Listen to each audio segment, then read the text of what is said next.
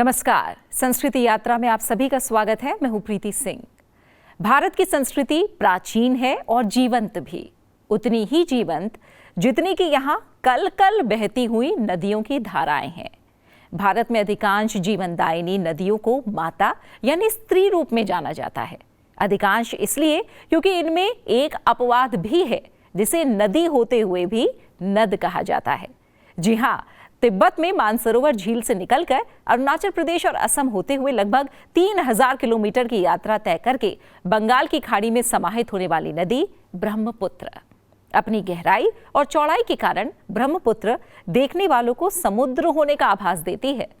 नदी के मध्य विश्व के सबसे विशाल टापू धारण करने का गौरव भी ब्रह्मपुत्र को ही प्राप्त है। इस टापू को माजुली कहते हैं। असम में ब्रह्मपुत्र के मध्य स्थित माजुली टापू इतना विशाल है, इसे एक जिले का दर्जा दिया गया है। तो आइए जानते हैं धर्म, संस्कृति, जलापूर्ति, कृषि, जल परिवहन और अन्य आवश्यक स्रोतों से परिपूर्ण ब्रह्मपुत्र नदी के विषय में फिल्म द माइटी ब्रह्मपुत्र के कुछ अंशों के माध्यम से संस्कृति यात्रा के प्रथम पड़ाव विशेष में।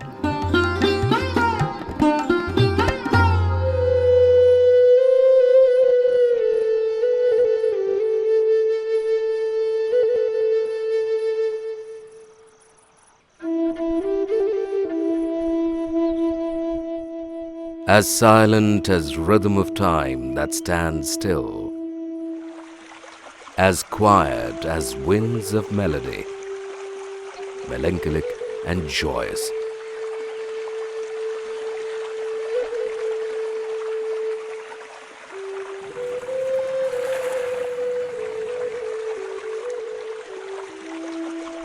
Distant yet one, my Brahmaputra, that spreads out vast like a compassionate torchbearer, grand in his benevolence, fierce in his magnificence, loving all. My Brahmaputra touches, leaving each and all with a sublime, indelible memory.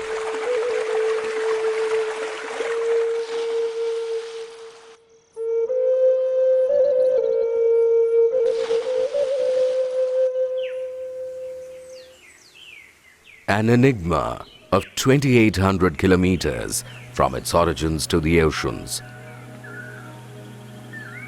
My Brahmaputra, my Borholoid, my journey, my course.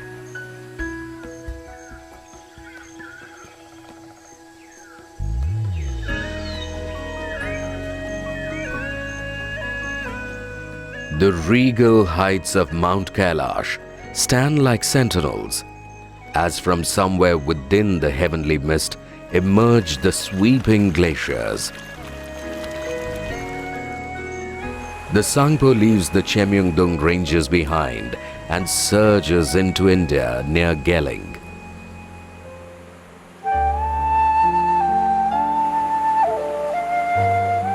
I see him, the Siang, also known as the Dhiang.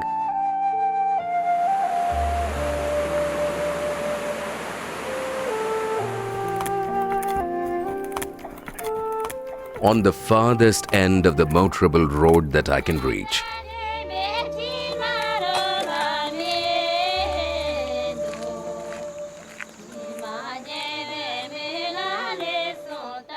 Geling was a small settlement of the Memba people.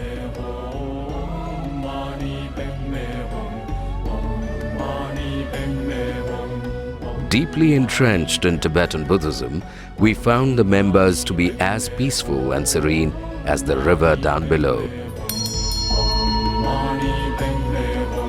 Whirling prayer wheels, somber chanting, the devout in prayer make the experience meditative and mystical. Geling filled me with a rare sense of peace. Member lifestyle is a study in elegance and simplicity that comes from their faith. Their staple food is maize, rice and millet, which they cultivate in fields along the river. The traditional art form is practiced in every member household. we got to see exquisite woolen carpets and shawls being made.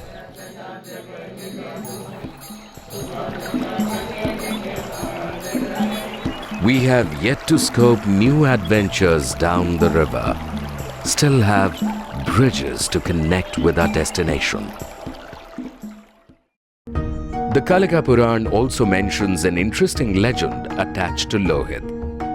Parshuram, the legendary sage, after committing matricide, washed his axe by the river, perpetually staining it with blood or Lohu, giving it the name Lohit, or the river of blood. Entering Assam near Kobo, the Siang meets the Lohit and Dibang rivers and becomes the Brahmaputra, a name that finds its origin in Padma and Kalika Puran, wherein Amogha, the wife of sage Shantanu, gave birth to a son through Brahma, the lord of creation himself, and hence he was called Brahmaputra, the son of Brahma. Dibrugarh is not just the doorway to the entire northeast, it is also a major trading center. Another landmark at Dibrugarh is the Assam Medical College. Across the Brahmaputra, there is new hope for its people, for Sadia is connected again.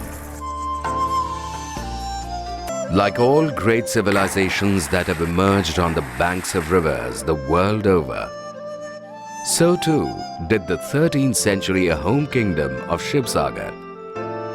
This is when the Shan tribe from Upper Burma established a small kingdom here and ruled over these parts of Assam for more than 600 years, until a treaty signed in 1826 converted it into a British principality.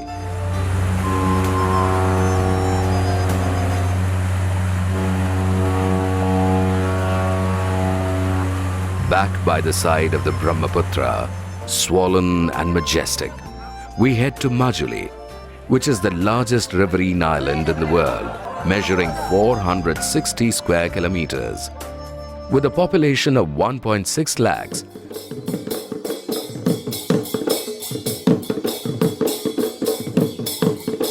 the Mishings inhabit almost all the districts of Assam along the river, like Majuli. They are closely related to the Adi people of Arunachal Pradesh and migrated to the plains of Assam in the 13th century. The Mishings have a strong affinity for the Brahmaputra, making their dwellings very close to the river and along its tributaries. They have mastered the art of coexisting with nature, unperturbed by the annual floods.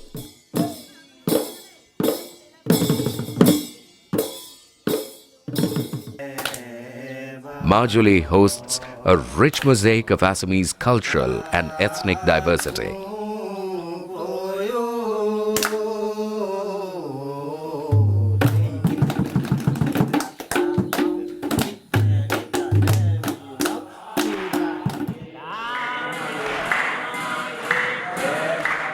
It is the abode of Assamese Vaishnavite culture, started by Sri Shankar Dev, a preacher and social reformer who came here in the 15th century. Shankar Dev, and later his disciple Madhav Dev, propagated a form of Vaishnavism called Ekasharana Nama Dharma. The Dharma replaced idol worship and embraced elaborate rituals with devotion. Along our trail following the Brahmaputra is the Kaziranga National Park, a fine example of how the river and its tributaries nourish and sustain the ecosystem. Our big adventure spread over 430 square kilometers of swampy terrain is the ideal habitat for wild buffaloes and is home to the uniquely famous species of the one-horned rhinoceros. The natural splendor is breathtaking. Among the tall elephant grass, many other smaller fauna species like deer, lie hidden. An expression of their joy and gratitude to God for a bumper harvest. The dance reflects not just their cultural richness and close communion with nature, but also their myths that have withstood the test of time. The oranges in the valley are ripe, ready to be transported to faraway markets. Orchards line both sides of the river, making it a major cash crop.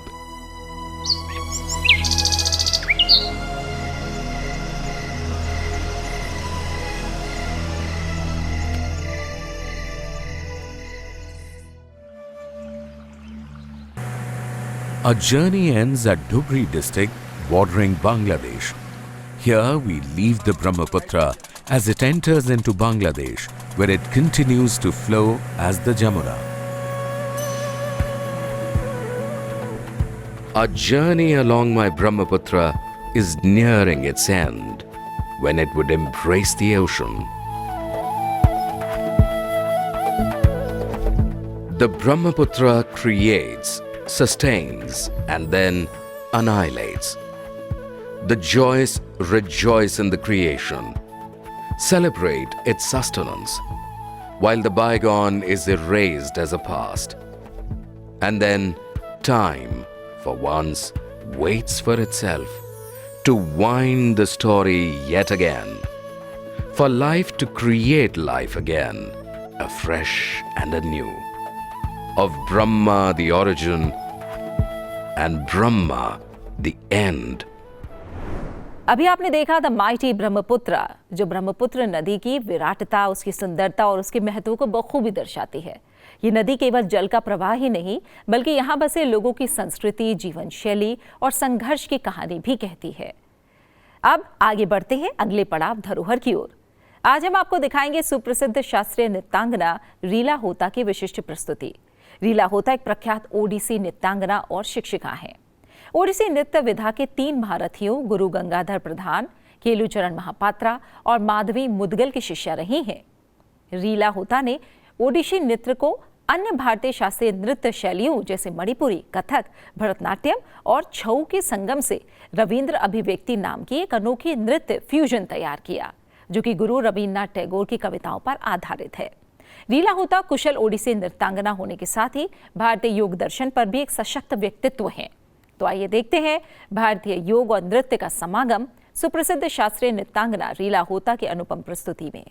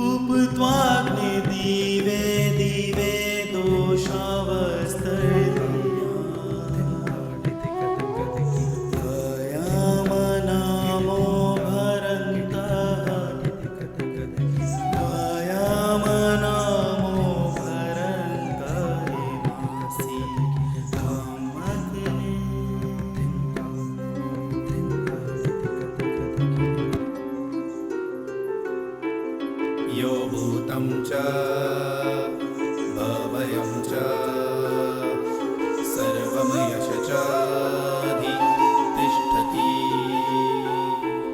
स्वर्यस्य च केवलं तस्मै जयष्ठाय ब्रह्मणे नमः।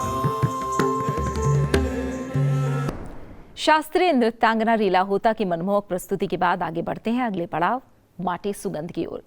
भारत की ग्रामीण धरोहर के संरक्षण के लिए संस्कृति मंत्रालय एक अहम परियोजना चला रहा है, मेरा गांव मेरी धरोहर। इसी प्रयास की एक झलक देखने के लिए आज हम चलेंगे गुजरात के अहमदाबाद जिले में स्थित साबरमती विकासखंड की ओर।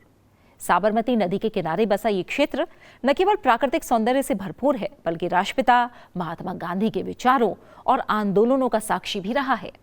यहीं स्थित है साबरमती आश्रम, जहां से गांधी जी ने देश की आजादी की दिशा में कई ऐतिहासिक कदम उठाए।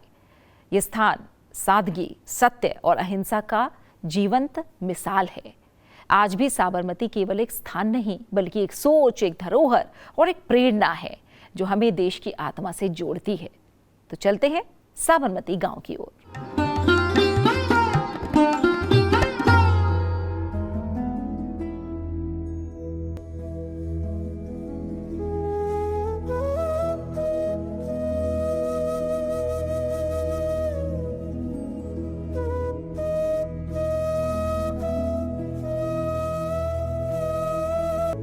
भारत के गुजरात राज्य के अहमदाबाद जिले का एक विकासखंड है साबरमती। इस विकासखंड को यह नाम यहाँ बहने वाली पवित्र साबरमती नदी से मिला। ये बात सतयुग की है, जब वृत्तासुर नामक राक्षस ने अपनी शक्तियों का उपयोग कर देवताओं को मुश्किल में डाल दिया था। जब समस्त देवता और ऋषिगण वृत्तासुर के दुराचार से हाहाकार करने लगे, तब देवताओं के आग्रह पर ऋषि दधीचि ने मानव कल्याण के लिए इसी पवित्र साबरमती नदी के किनारे अपनी देह त्यागी। उनकी अस्थियों से बने वज्र द्वारा दैत्य वृत्तासुर का वध किया गया।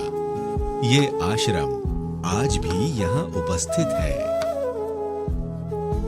लोक कल्याण की इसी भावना को आत्मसात करते हुए इसी पावन धरती पर साबरमती के किनारे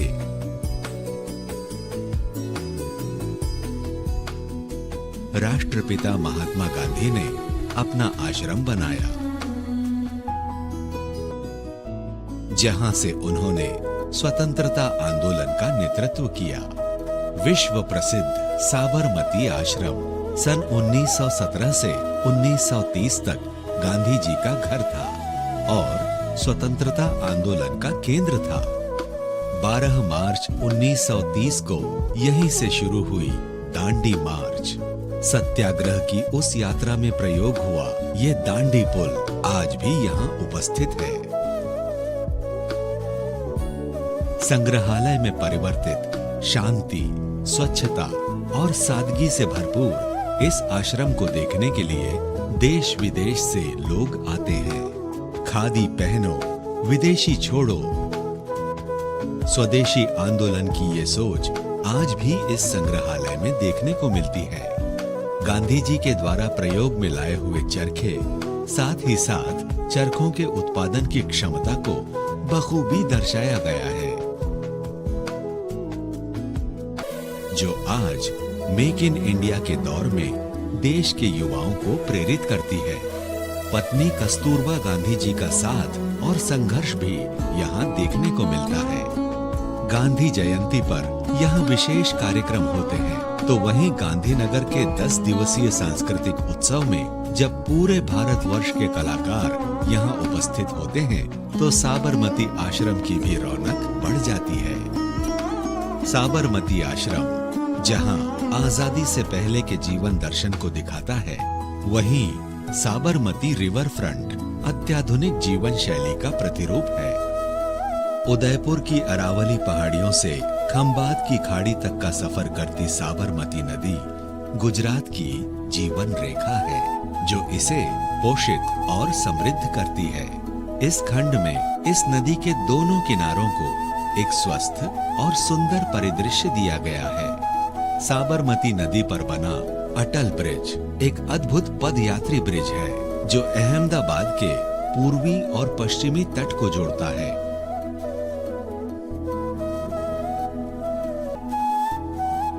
गरबा और डांडिया यहाँ का पारंपरिक लोक नृत्य है जो जीवन के उल्लास और प्रेम को व्यक्त करने का एक माध्यम भी है। नवरात्रि और अंतर्राष्ट्रीय पतंग महोत्सव यहाँ के प्रमुख त्योहार हैं। यहाँ के परिधान और अन्य उपयोगी वस्तुओं पर रंग बिरंगे धागों से किया गया कढ़ाई का कलात्मक काम देश विदेश तक प्रसिद्ध है। इसके अलावा साबरमती आने वाले लोग अपने साथ यहाँ के बने छोटे छोटे कई प्रकार के चरखे जरूर ले जाते हैं। यहाँ का खांडवी और ढोकला बहुत प्रसिद्ध है जिसे यहाँ के लोग बड़े चाव से खाते हैं। सुंदर रंगों और विविधताओं के कारण गुजरात का पहनावा विश्व प्रसिद्ध है।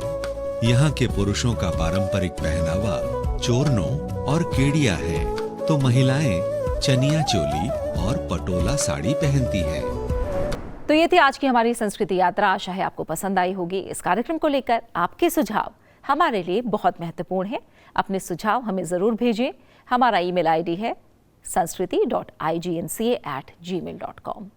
आपसे फिर होगी मुलाकात संसद टीवी पर अगले हफ्ते आज ही के दिन इसी समय संस्कृति यात्रा के अगले एपिसोड में। तब तक के लिए नमस्कार और जाते जाते देखिए हाल ही में हुए सांस्कृतिक आयोजनों की झलकियां।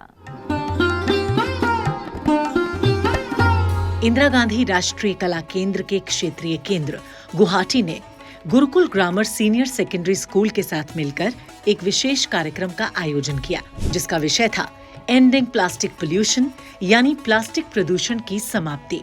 कार्यक्रम में सीजीएसटी और कस्टम्स के गुवाहाटी जोन के संयुक्त आयुक्त IRS अधिकारी हेमांग फुकन, सीजीएसटी ऑडिट की निरीक्षक के रोशनी कुमार, गुरुकुल ग्रामर स्कूल के प्राचार्य डॉक्टर बसंत कुमार भुइयां की गरिमामय उपस्थिति रही। इंदिरा गांधी राष्ट्रीय कला केंद्र के संरक्षण और अभिलेखागार प्रभाग द्वारा सोहराय और कोहबर चित्रकला पर एक विशेष प्रदर्शनी और 5 दिवसीय कार्यशाला का उद्घाटन नई दिल्ली में किया गया। प्रदर्शनी का उद्घाटन संरक्षण और अभिलेखागार विभाग के प्रमुख डॉक्टर अचल पांड्या और डॉक्टर जसवीर सिंह ने किया। कार्यक्रम झारखंड के महान आदिवासी स्वतंत्रता सेनानी और सांस्कृतिक प्रतीक भगवान बिरसा मुंडा की 125वीं पुण्यतिथि को समर्पित एक महत्वपूर्ण श्रद्धांजलि है। सोहराय चित्रकला जो प्रकृति और अनुष्ठानों से जुड़ी होती है, पारंपरिक रूप से फसल और पशु उत्सवों के दौरान दीवारों पर बनाई जाती है, जिसमें कृषक जीवन, पशु पक्षी और पौराणिक प्रतीकों का चित्रण होता है। वहीं कोहबर चित्रकला विवाह से संबंधित अनुष्ठानों से बनाई जाती है और ये उर्वरता और समृद्धि का प्रतीक मानी जाती है, जिसमें जटिल ज्यामितीय और पुष्पीय आकृतियां प्रमुख होती हैं। इंदिरा गांधी राष्ट्रीय कला केंद्र में इंटरनेशनल आर्काइव्स डे 2025 को विशेष रूप से चिन्हित किया गया। इस पारंपरिक लोक कला ने हमारी समृद्ध सांस्कृतिक विरासत को एक नई झलक दी। इस वर्ष की थीम अभिलेखागार सुलभ है। सभी के लिए अभिलेखागार के अंतर्गत आयोजित पैनल चर्चा में विविध विशेषज्ञों ने भाग लिया। प्रोफेसर विजयालक्ष्मी सिंह, श्री सैम वान शाइक, सैयद फरीद अहमद, डॉक्टर मृण्मयी रे और डॉक्टर अथेर फारूकी ने अभिलेखीय क्षेत्र में पहुंच समावेशिता और नवाचार को लेकर महत्वपूर्ण विचार साझा किए। ये आयोजन न केवल अभिलेखों की भूमिका को उजागर करता है, बल्कि उन्हें समाज के हर वर्ग के लिए सुलभ बनाने की दिशा में एक सशक्त कदम भी है।